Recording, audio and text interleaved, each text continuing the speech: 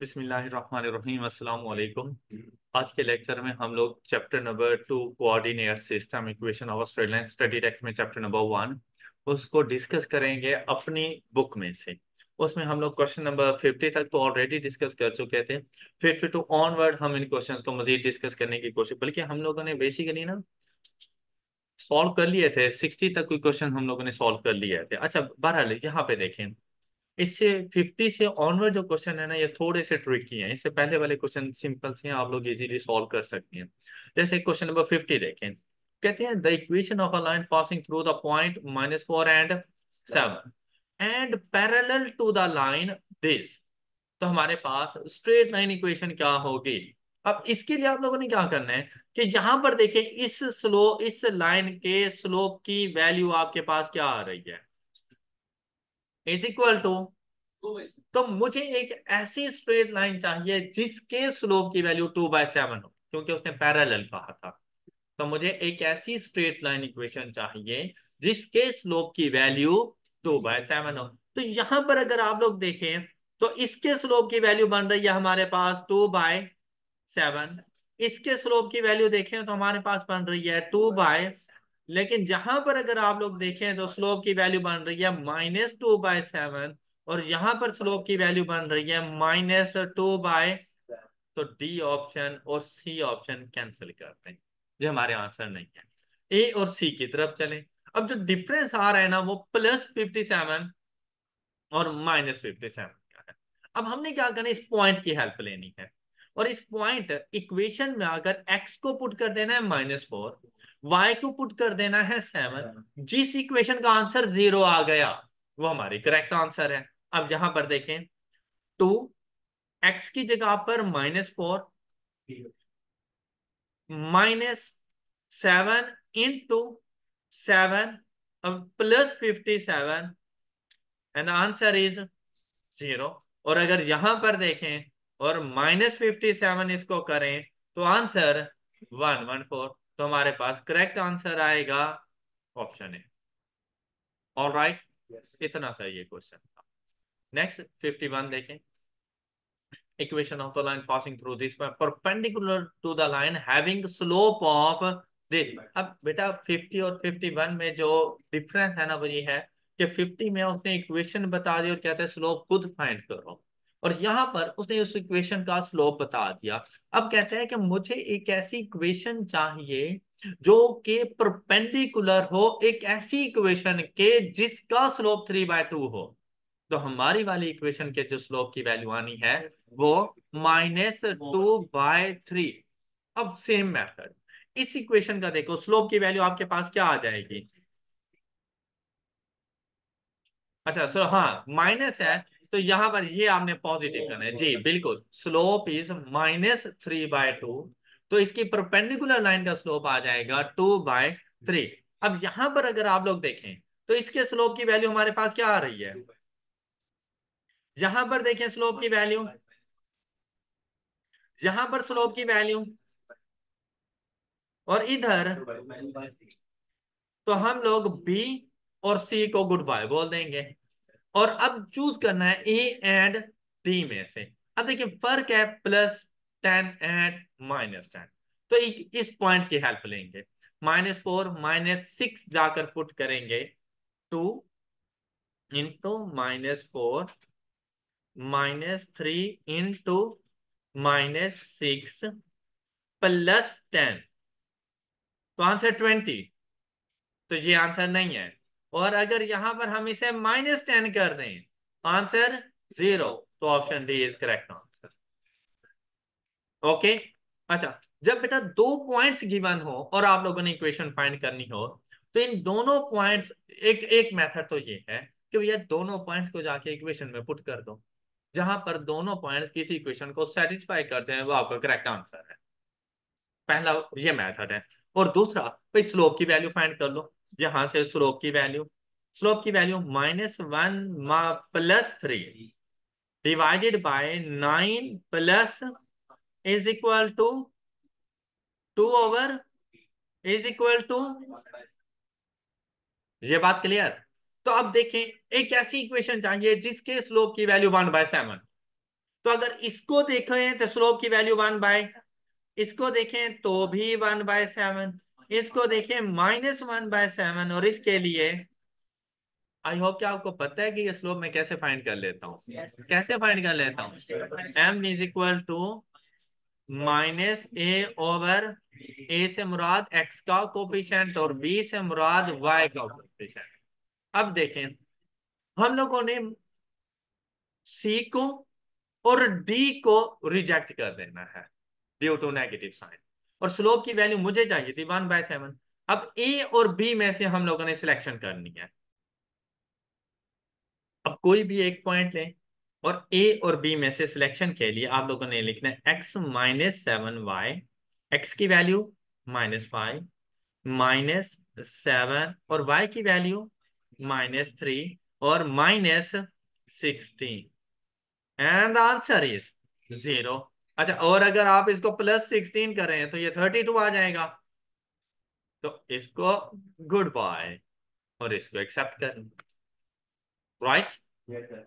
अच्छा बेटा, इसी तरह 53 क्वेश्चन बिल्कुल सेम सेम है, आप लोग कर सकते हैं इसको सॉल्व। फिर कहते हैं intercept form of the equation of the line this is, कहते हैं इसकी इंटरसेप्ट फॉर्म क्या होगी। देखो भाई, इसके लिए आप पहले इसके इंटरसेप्ट फाइंड कर लो, एक्स एंड वाई इंटरसेप्ट। तो हम लोगों ने पढ़ा था, आपको याद होगा, दोबारा से जरा रिकॉल कर लेते हैं इस चीज को, कि हम लोगों ने कहा था कि अगर आप लोगों ने एक्स इंटरसेप्ट फाइंड करना है तो फार्मूला, और y इंटरसेप्ट फाइंड करना है तो इसका फार्मूला। तो देखिए, मैंने आपसे कहा था कि c/x इंटरसेप्ट है तो x का कोफिशिएंट, और c/y इंटरसेप्ट है तो y का कोफिशिएंट। ये बात याद आ गई। लेकिन मैंने जब ये फार्मूलाज लिखे थे, मैंने कहा था कांस्टेंट इज इक्वल टू की राइट हैंड साइड पर हो, तब मैंने ये फार्मूला लिखा था। लेकिन अगर यहां पर ये लेफ्ट हैंड साइड पर है, कोई मसले वाली बात नहीं है, आप इसका साइन चेंज कर दो। कांस्टेंट, या तो कांस्टेंट को इक्वल टू की दूसरी साइड पे लेके चले जाओ, या फार्मूले का साइन चेंज कर, ऑलराइट। तो अगर आपके पास स्ट्रेट लाइन इक्वेशन इस फॉर्मेट में मौजूद है कि कांस्टेंट इक्वल टू की लेफ्ट हैंड साइड पर है, तो आप लोगों ने एक्स इंटरसेप्ट फाइंड करने का फार्मूला है -c/a। अब यहां पर देखें, इज इक्वल टू माइनस, ये फार्मूले वाला, लेकिन c की वैल्यू -15, तो minus minus plus divided by a की वैल्यू। तो देखिए, आपके पास x इंटरसेप्ट आ जाएगा 3, ऑल राइट। इसी तरह से ये minus minus minus +15 and divided by, अब यहां पर देखें 3, तो आपके पास y इंटरसेप्ट की वैल्यू आ जाएगी। तो आपके पास इक्वेशन क्या बन जाएगी? x/3 plus y/5 is equal to 1। ये आपके पास आंसर है, intercept form of straight line equation. अच्छा, इसी तरह से बेटा ये इंटरसेप्ट फॉर्म नेक्स्ट क्वेश्चन में, ये अब आप लोगों ने खुद से ट्राई कर लेना है, हो जाएगा आप लोगों से। Equation of the line having x intercept y intercept, तो ये भी इजीली हम लोग फाइंड कर सकते हैं। ओके, अगर दोनों इंटरसेप्ट गिवन हो, तो इसके लिए हम लोगों ने पढ़ा था कि आप लोग स्लोप की वैल्यू पहले फाइंड कर लिया करें, -y intercept over x intercept. तो स्लोप की वैल्यू आ गई 4/3। अब देखो इक्वेशन क्या बनेगी, y is equal to slope x और प्लस y इंटरसेप्ट, और y इंटरसेप्ट है। अब ये इक्वेशन बन गई है स्ट्रेट लाइन इक्वेशन, लेकिन ये मेरे रिक्वायर्ड आंसर से मैच नहीं कर रही। अब इसके ऊपर थोड़ी सी वर्किंग करनी पड़नी है। तो इस 3 को कैंसिल करते हैं, पूरी इक्वेशन के साथ मल्टीप्लाई करवा देंगे, तो ये बन जाएगा 3y is equal to 4x plus 12। अब इसको जरा रीअरेंज कर लें, तो आपके पास आंसर आएगा 4x -3y plus 12 is equal to, alright. अच्छा, इसी तरह से the equation of the line making an intercept of 2 and 6 on the axis respectively, तो मतलब उसने x intercept and y intercept. तो ये आप क्वेश्चन आप लोग कर सकते हैं। Point of intersection of the line, ये फाइंड हो सकता है, कोई मुश्किल चीज नहीं है ये आप लोगों के लिए। The point of intersection of the lines, ये भी हो सकता है 61 to 66। अच्छा, इसको जरा डिस्कस करते हैं कहते हैं the company always makes exactly as many units as it sells, मतलब जितने यूनिट्स उसने बनाए हैं ना उतनी यूनिट सेल हो जाते, फिर मतलब उसके स्टॉक में कोई चीज नहीं आती, कोई चीज शाम को बची हुई नहीं होती उसके पास। फिर कहते हैं it's fixed cost is rupees यार इन एडिशन, मतलब इस फिक्स्ड कॉस्ट के अलावा उसको 3 rupees per unit cost bear करनी पड़ती है, तो ये वेरिएबल कॉस्ट है। एंड ईच यूनिट, और ये उसकी selling price revenue per unit है। कहते हैं टोटल रेवेन्यू फंक्शन क्या होगा, तो 8.50 x उसका टोटल रेवेन्यू वहां जाना है। अब रेवेन्यू फंक्शन देखें, ये बेटा 8.50 ये रेवेन्यू फंक्शन नहीं है, ये तो सेलिंग प्राइस है। टोटल रेवेन्यू कैसे आता है, जब sale price multiplied by number of units हो, और हम लोग नंबर ऑफ यूनिट को किससे डिनोट करते हैं, तो एक्स से मल्टीप्लाई करवा दो सेलिंग प्राइस को, राइट। इसी तरह देखो टोटल कॉस्ट फंक्शन, तो कॉस्ट फंक्शन के लिए variable cost 3 multiplied by number of units x plus fixed cost 5500 and answer is, ये आपके पास कॉस्ट फंक्शन बन जाएगा। क्लियर। अच्छा नेक्स्ट देखिए प्रॉफिट फंक्शन, तो बेटा रेवेन्यू फंक्शन में से प्रो कॉस्ट फंक्शन माइनस कर दो, 8.5x में से माइनस किया 3x, बाकी 5.5x minus fixed cost minus होती है, प्रॉफिट फंक्शन में फिक्स्ड कॉस्ट माइनस होती है, -5500 एंड आंसर इज बी। अच्छा इसके लिए आप लोगों ने पढ़ा था profit is equal to total contribution minus fixed cost, अगर आप लोगों को याद हो। तो बेटा टोटल कंट्रीब्यूशन कैसे आएगी, कंट्रीब्यूशन पर यूनिट, पहले फाइंड करोगे कंट्रीब्यूशन पर यूनिट, वो कैसे आ जाएगी, sale price minus variable cost 8.5 minus 3 is equal to 5.5। अब ये कंट्रीब्यूशन पर यूनिट है, एक यूनिट की कंट्रीब्यूशन है, टोटल कंट्रीब्यूशन के लिए multiplied by minus fixed cost, देखो ये प्रॉफिट फंक्शन बन गया आपके पास। All right. आप total revenue 8.50x minus total cost 3x minus 5500 करके सॉल्व करें, या टोटल कंट्रीब्यूशन में से फिक्स कॉस्ट माइनस करके सॉल्व करें, प्रॉफिट सेम ही है।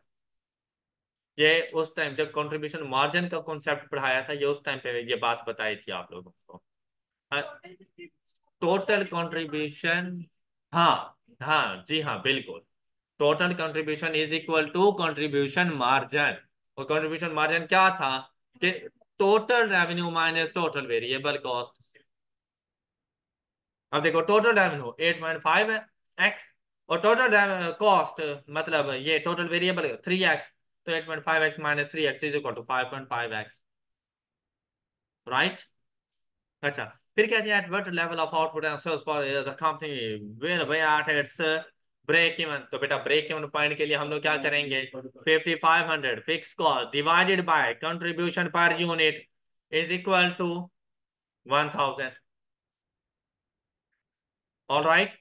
नेक्स्ट देखो at what level of output and sales per year will the company makes a profit of rupees 8250। अब देखो आपने ये प्रॉफिट फंक्शन फाइंड किया भी, बेटा इधर P की जगह पर 8250 पुट कर दो, 8250 is equal to 5.5x minus 5500, then the number of units are 2500, option A.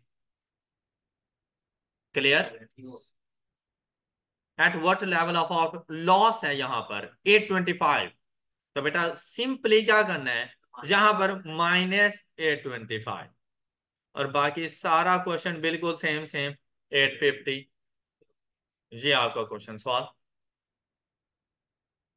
Okay break even point के लिए प्रॉफिट को 0 कर देते हैं, अगर प्रॉफिट की वैल्यू बता रहा है तो वही पुट कर दो, लॉस बता रहा है तो नेगेटिव टर्म में जाके पुट कर दो, तो आपके पास नंबर ऑफ यूनिट्स आ जाते हैं। अच्छा नेक्स्ट 67 से 70 क्वेश्चन तक देखिए, कॉस्ट फंक्शन यहां पर गिवन है and the price function is this, बेटा प्राइस फंक्शन से मुराद होता है सेलिंग प्राइस पर यूनिट। ये रेवेन्यू फंक्शन नहीं है, ये सेलिंग प्राइस पर यूनिट। तो रेवेन्यू के लिए आपको इसको मल्टीप्लाई करना पड़ेगा नंबर ऑफ यूनिट्स के साथ, तब जाके आपका रेवेन्यू आना है। तो इस प्राइस फंक्शन से टोटल रेवेन्यू फंक्शन क्या बन जाएगा, जब इसको मल्टीप्लाई करेंगे नंबर ऑफ यूनिट्स के साथ। तो जैसे ही नंबर ऑफ यूनिट्स के साथ मल्टीप्लाई किया तो रेवेन्यू फंक्शन क्या बन गया, 5x² प्लस, ये बात क्लियर। अच्छा अब यहां पे देखें बेटा, जिसके साथ कोई वेरिएबल नहीं होता ये फिक्स्ड कॉस्ट होती है, और जहां तक कोई वेरिएबल यूज हो रहा हो ये टोटल वेरिएबल कॉस्ट। ओके है ये बात। अच्छा अब आपसे क्या पूछ रहा है, कहते वेरिएबल कॉस्ट, बेटा ये पर यूनिट पूछा है, जबकि ये क्या है, टोटल वेरिएबल कॉस्ट। तो पर यूनिट फाइंड करना हो तो total divided by number of units, ऐसे ही है ना। अच्छा यहाँ पे एक बात देखो, आप लोगों ने कहा था total variable cost is equal two variable cost per unit multiplied by, ऐसा था। अच्छा बेटा अब अगर मैंने ये चीज फाइंड करनी है तो फिर मैं कह सकता हूं वेरिएबल कॉस्ट पर unit is equal to total variable cost divided by number of units. तो यही काम आपने करना है, 5x² plus 9x divided by x। अब इसको सॉल्व कर लो। तो बेटा 5x² के साथ अलग से x ने डिवाइड होना है और 9x डिवाइडेड बाय x अलग से होना है। तो जब इधर डिवाइड होगा तो इसकी पावर एक कम हो जाएगी, 5x आ जाएगा। 5x प्लस ये x आपस में कैंसिल हो जाएंगे ना। तो वेरिएबल कॉस्ट पर यूनिट आपके पास क्या आ जाएगी, ऑल राइट, क्लियर है ये बात। अच्छा नेक्स्ट देखो, कहते हैं कॉस्ट पर यूनिट। अब देखें कॉस्ट पर यूनिट है, आपके पास उसने total variable cost per unit नहीं कहा। तो बेटा जब कॉस्ट पर यूनिट है तो total cost divided by number of units कर दो। तो फिर total cost divided by number of unit, मतलब कि आप इस सारे फंक्शन को अब डिवाइडेड बाय एक्स कर दो। अब जब इसको डिवाइडेड बाय एक्स करेंगे तो बेटा हर अलजेब्रिक एक्सप्रेशन के साथ एक्स अलग अलग डिवाइड होता है इस तरह। अब देखिए इधर बात करें ना तो एक्स की एक पावर कम हो जाएगी, एक्स स्क्वायर था तो सिर्फ एक्स बच जाएगा। यहां पे बात करें तो एक्स के साथ एक्स कैंसिल हो जाएगा, तो इसके पास तो एक्स है ही नहीं, तो ये डिनोमिनेटर में एक्स को एज इट इज रहने देगा। ओके, तो देखो फंक्शन क्या बन जाएगा, 5x plus 9 plus 3000 divided by x, P P, ये ये बात क्लियर हो गई। अच्छा अब आपसे पूछ रहे प्रॉफिट फंक्शन क्या होगा, भाई वही सिंपल सी बात, total revenue minus total cost. अब देखिए मेरे पास रेवेन्यू का फंक्शन क्या था, ये देखिए ये रेवेन्यू का फंक्शन है। इस रेवेन्यू के फंक्शंस में से ये देखें 5x² प्लस, इसमें से माइनस कर देना है किसको, टोटल कॉस्ट का। कॉस्ट टोटल फॉर्म में मौजूद है, क्या लिखूंगा यहां पे जरा बोले, 5x² माइनस 9x, शाबाश। स्टार्ट में नेगेटिव साइन की वजह से कॉस्ट फंक्शन अपने साइंस चेंज कर देंगे, -9x एंड माइनस। अब अगर आप लोग गौर करें तो बेटा -5x के साथ +5x² कैंसल हो जाएगा, तो बाकी क्या बच जाता है, 12x minus 9x is equal to 3x। ये इसका प्रॉफिट फंक्शन है, 3x माइनस 3000। ओके, इजी है ना, very easy. What is break even quantity, तो अब जब प्रॉफिट फंक्शन आ गया है तो break even quantity easily find हो सकती है, इस प्रॉफिट फंक्शन को इज इक्वल टू 0 कर दो तो ब्रेक इवन क्वांटिटी आ जाएगा। Otherwise total revenue is equal to total cost. तब भी ब्रेक इवन क्वांटिटी, लेकिन वो थोड़ा सा अब डिफिकल्ट हो सकता था। अब जब प्रॉफिट फंक्शन है बड़ा, तो आप लोग 3x -3000 इज इक्वल टू 0। तो देखिए ब्रेक इवन क्वांटिटी आपके पास क्या आ गई, 1000। तो यहां पर 1000 को आप टिक कर देते। Any issue?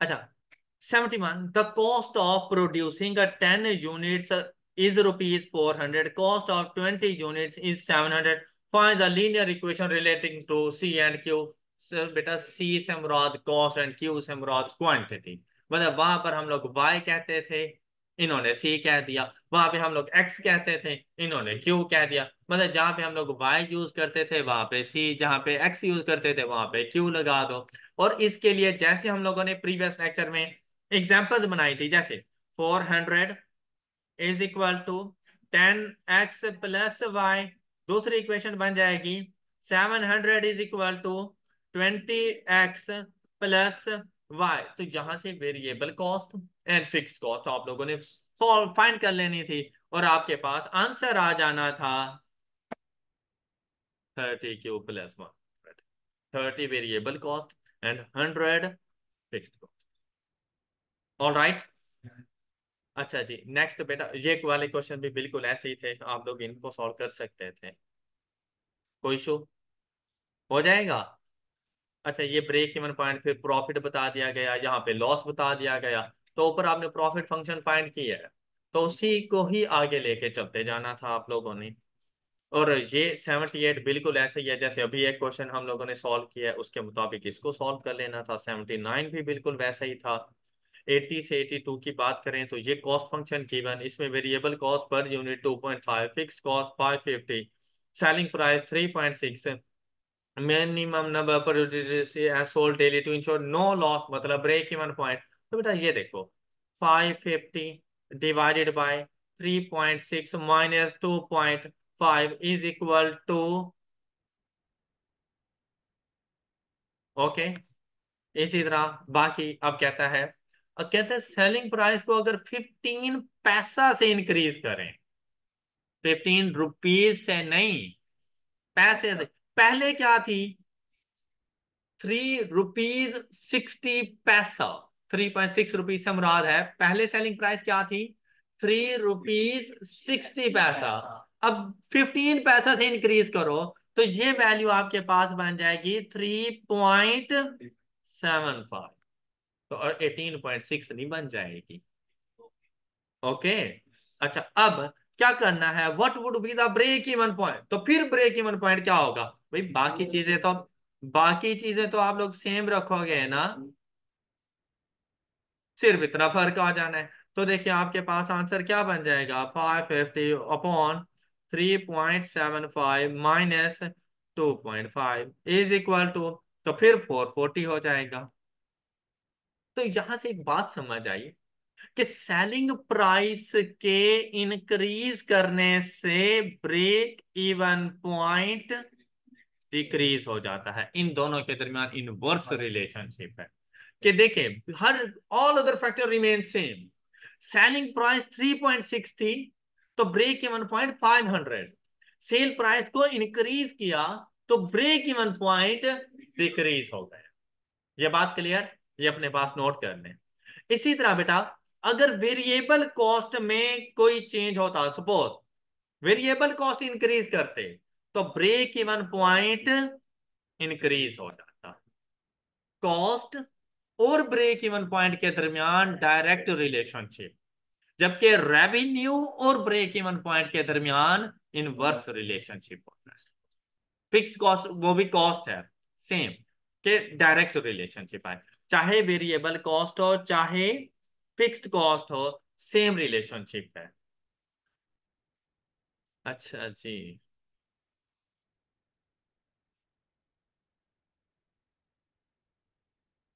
ये आपके एमसीक्यूज में बड़ा इंपॉर्टेंट पॉइंट होता है कि आपसे कहा जाता है, और कोई डाटा वगैरह नहीं प्रोवाइड किया जाता, सिर्फ इतना पूछा जाता है कि if selling price is increased then the break even point would be, तो आपने क्या देना है, डिक्रीज, इनवर्स रिलेशनशिप बताना है। लेकिन अगर वो चेंज लेकर आए कॉस्ट में, चाहे वेरिएबल कॉस्ट में चाहे फिक्स्ड कॉस्ट में, अगर वो कॉस्ट को इंक्रीज करे तो ब्रेक इवन पॉइंट को इंक्रीज कर देना, अगर वो डिक्रीज करे तो ब्रेक इवन पॉइंट को डिक्रीज कर देना। वो डायरेक्ट रिलेशनशिप के साथ होती है। अच्छा बेटा, बाकी ये जो क्वेश्चन थे ना, मतलब ये ऐसे क्वेश्चन थे जो हो सकते थे, लेकिन इसमें अब जैसे 83 देखें, कहते हैं कांस्टेंट प्राइस जो हमारे पास मौजूद है ₹10 पर कॉपी है, फिक्स्ड कॉस्ट हमारे पास है ₹20,000 की per day, and variable cost is ₹8 पर कॉपी। देखो ₹10 बेटा सेलिंग प्राइस है, ₹8 वेरिएबल कॉस्ट है, 20,000 फिक्स। अच्छा आपसे क्या कहता है, कहते हैं ब्रेक इवन पॉइंट पर इफेक्ट क्या होगा, मतलब बेटा ब्रेक इवन पॉइंट नहीं बताना, change in break even point बताना है। कब? जब वेरिएबल कॉस्ट इंक्रीज कर दोगे, पहले 8.8 थी, अब तो बेटा ये तो समझ आ गया ना कि इंक्रीज होगा, तो डिक्रीज वाला ऑप्शन तो खत्म, लेकिन नो चेंज वाला भी खत्म, कि चेंज तो जरूर होता है। अब ये नहीं पता कि यार इंक्रीज कितनी वैल्यू से होगा, कैलकुलेशन करनी पड़ेगी। अच्छा कोई मुश्किल चीज नहीं है, आपने क्या करना है, fixed cost 20,000 divided by selling price में कोई चेंज, पहले वेरिएबल कॉस्ट को रख दो 8, तो ब्रेक इवन पॉइंट 10,000, फिर वेरिएबल कॉस्ट को कर दो चेंज 16,000, तो फिर कितने थाउजेंड का इंक्रीज है, ये क्वेश्चन था। यही कॉन्सेप्ट अप्लाई हो जाता है 84 के ऊपर, 85 के ऊपर, सेम कॉन्सेप्ट आप लोगों ने अप्लाई। अब यहां पर 85 में यही ट्विस्ट था, प्राइस है 1500 माइनस 3x, तो बेटा इसका जो टोटल रेवेन्यू आना है ना, वो 1500x माइनस 3x स्क्वायर होना है। अब आपका क्वेश्चन ये सॉल्व हो जाएगा। ऑल राइट, ये आप लोगों का टोटल रेवेन्यू इधर आना था। और इसी तरह से जैसे contribution at break even point, total contribution at break even, बेटा total contribution at break even point is equal to fixed cost, total contribution at break even point is equal to fix. देखें, क्या मेरी इस बात से agree करते हैं कि profit is equal to total contribution minus fixed cost? क्या इस बात से एग्री करते हैं? ओके, तो बेटा मैं कह रहा हूं ब्रेक इवन पॉइंट है तो प्रॉफिट की क्या वैल्यू होगी, तो जब प्रॉफिट जीरो होगा तो क्या मैं इसको यूं लिख लूं? तो किसी कैलकुलेशन की जरूरत नहीं थी, आपने देखना था आपका फिक्स्ड कॉस्ट क्या आ रही है, ये दोनों ही फिक्स्ड कॉस्ट थी, 288,000, तो यहां पर 288,000 आपकी total contribution at break even point ये है। All right. अच्छा बेटा, बाकी बाकी तमाम क्वेश्चन में बस इसी तरह का ही कुछ चेंज वगैरह था, ऐसा कोई इतनी मुश्किल चीज नहीं थी। अब जब इसमें कहा गया ब्रेक इवन पॉइंट, तो देखो कॉस्ट फंक्शन है बेटा, ये फिक्स्ड कॉस्ट है, ये वेरिएबल कॉस्ट है, ये सेलिंग प्राइस है। अच्छा अब इधर एक थोड़ा सा change, each bread is put to a special levy of 10% for earthquake victim, each bread is sold for ₹6। अक्सर आप लोगों ने देखा होगा कि डोनेट ₹1, मतलब पेप्सी का कोई ऐड आ जाए कि एक पेप्सी परचेज करने पर ₹1 हम लोग डोनेट करेंगे, इस तरह की डोनेशन वगैरह चलती रहती हैं ब्रांड्स। KFC ने कह दिया कि अगर हमारा एक बर्गर सेल होगा तो पर बर्गर हम लोग ₹10 ये फ्लड वाले एरियाज में हम लोग देंगे, इस किस्म की। तो यहाँ पर कहते हैं कि हमारी वैसे तो ब्रेड की कॉस्ट है ₹3.5, एक ब्रेड की कॉस्ट है, लेकिन अब इसके ऊपर ना एक किस्म का कोई टैक्स वगैरह अप्लाई हो गया 10 पैसा, तो मेरी कॉस्ट कितनी हो जाएगी, जो पहले चीज मुझे ₹3.50 में मिल रही थी वो अब ₹3.60 में मिल जाएगी। लेकिन बेटा सेलिंग प्राइस को चेंज नहीं करना, तो फिर ब्रेक इवन पॉइंट क्या हो जाएगा, ये देखें, इसको करना था fixed cost 12,000 divided by cell price minus 3.5 नहीं करना था, तो मेरा एक्सपेंस इंक्रीज हो गया है 5,000। ये इसका आंसर है। ऑल राइट बेटा, पहले आप ₹3.5 पर ब्रेड एक्सपेंस कर रहे थे, और 10 पैसा भी पर ब्रेड एक किस्म का टैक्स आपके ऊपर लग गया है। तो वही एक ब्रेड जो पहले आपको 3 रुपए 50 पैसे में मिलती थी, वो अब आपको 3 रुपए 60 पैसे की मिल रही है, जबकि आपने अपनी सेलिंग प्राइस को इंक्रीज नहीं करना, सेल प्राइस सेम रखनी है। क्लियर? अच्छा, इसी तरह से अच्छा कहता है the selling price is increase by 60 paisa per bread, what would be the break even point. अब देखो इफेक्ट नहीं पूछा, अब कहता है कि ब्रेक इवन पॉइंट क्या होगा कब, जब कहता है कि सेल प्राइस को 60 पैसा इंक्रीज कर दें। ये देखो, पहले जो 6 रुपीज थी, अब वो इंक्रीज के बाद कितने की हो जाएगी, 6.6 की हो जाएगी, is equal to 4000। All right, तो ये आपने इसको टिक कर देना है। टैक्स अप्लाई करवाना है क्योंकि आपके क्वेश्चन का पार्ट है। ये नहीं है कि आपने 60 पैसा इंक्रीज किया और फिर टैक्स नहीं अप्लाई करना है, ऐसी कोई बात नहीं है। आपने वेरिएबल कॉस्ट को 3.6 कंसीडर करना है। और फर्स्ट क्वेश्चन में सेलिंग प्राइस को 6 और सेकंड क्वेश्चन में सेल प्राइस को 6.6 कंसीडर कर देना है। बाकी क्वेश्चन आप लोगों से इंशाल्लाह सॉल्व हो जाएंगे। That's all for today. अपना बहुत सा ख्याल रखिएगा। अल्लाह हाफिज।